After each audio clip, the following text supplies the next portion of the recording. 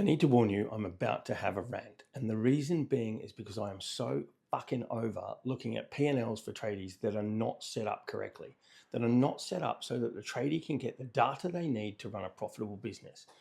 What do I mean by that? When I look at a P&L, I see that revenue is all lumped into one sum, so sales, and that includes materials, equipment hire, subcontractors, wages. And then there's a cost of goods, which is generally just materials. And there's no labor associated with that. There's no subcontractors associated with that. And they are in the operating expenses. Now, how the fuck is a tradie ever supposed to know if his business is profitable if the P&L and the chart of accounts is not set up properly from the beginning? Come on, guys. Seriously, this is basic shit. A tradie needs to know that when he makes money in his business, e.g. sales, from different things like materials, subcontractors, his own labor, his wages of his team, they are sales. And then he has a cost of sales, cost of doing the job, which is, once again, a line item that says wages and salaries, materials and anything else he might use, subcontractors, equipment hire, anything else that costs him to make that money is a cost of goods. Now, once he subtracted the cost of goods from his revenue, it should equal 50%. 50%.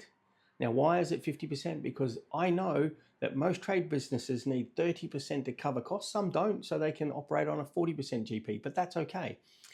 But if they don't have 30% to run their business, there is no bloody way they're going to make 20% net profit. So come on, guys, if you're working with tradies, you've got to set them up with the correct data. They don't know how to do this shit. They are good tradies. They are not good at running a business. Or some can be, but they're not taught how to run a business. So they learn by trial and error.